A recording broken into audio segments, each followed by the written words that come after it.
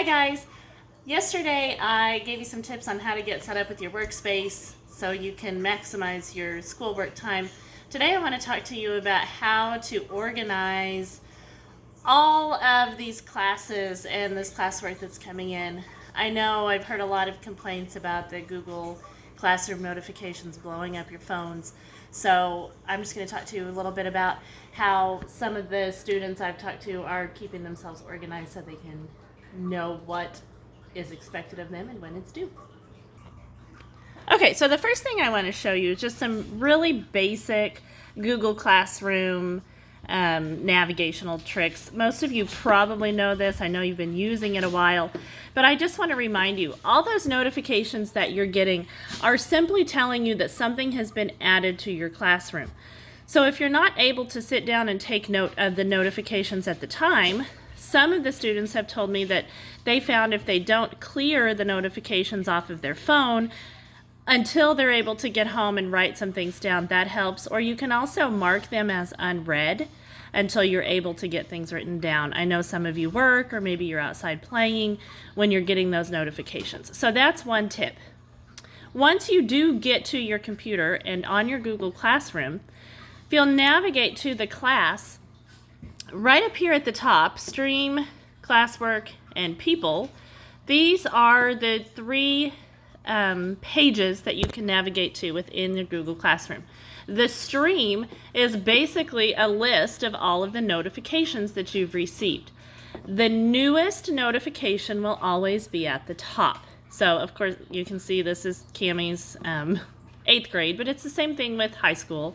So you can scroll through and see exactly what the notifications you were getting on your phone were alerting you to. So you can stop here and take note of what this assignment is and when it's due.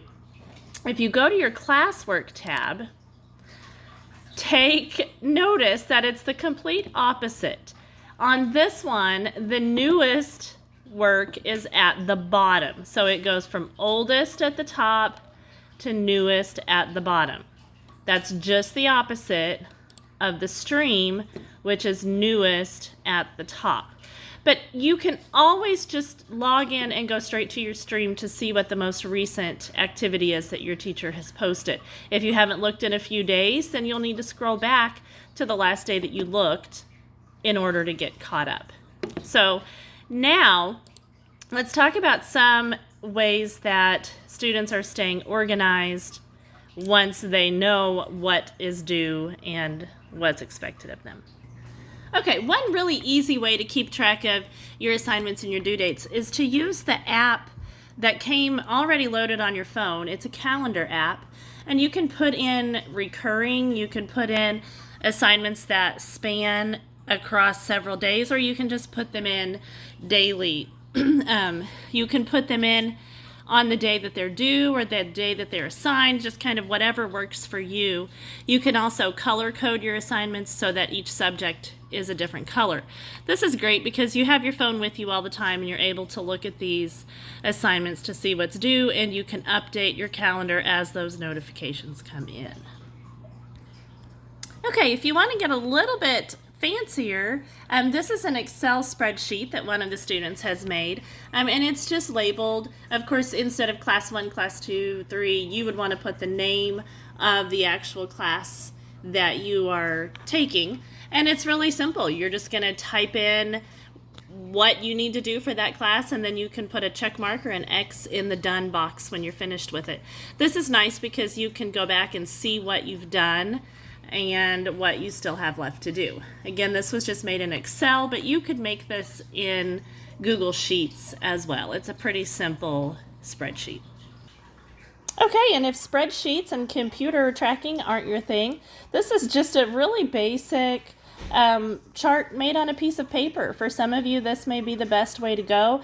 Again, it's divided up by subject with the assignments listed below. You could also divide this up by Monday, Tuesday, Wednesday, kind of a daily log to keep track of the things you need to do for each day. But this is another great way to have right in front of you what work is still due, and you can just mark off the things that you've done when they're finished. Okay, and one more tool I want to show you is an app. It's actually a Google app. It's called Keep, K-E-E-P, Google Keep. You can download this as part of your Google Suite, so right there beside your classroom, and this is what it looks like. So if you open it up, it is basically a to-do list maker that you can keep on your phone. So I'll show you. If you just hit the plus, then you can make the title of your list here maybe science. So you'll type in what you want, and then you can make your notes, your to-do list underneath.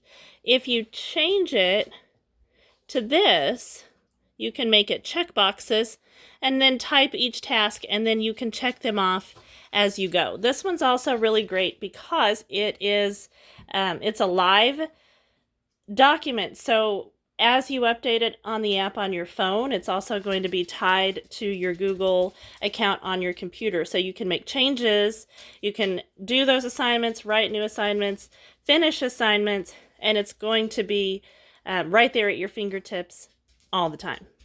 Okay. Okay, guys, so I've given you some really good tips on how to stay organized. I know some of you are feeling overwhelmed.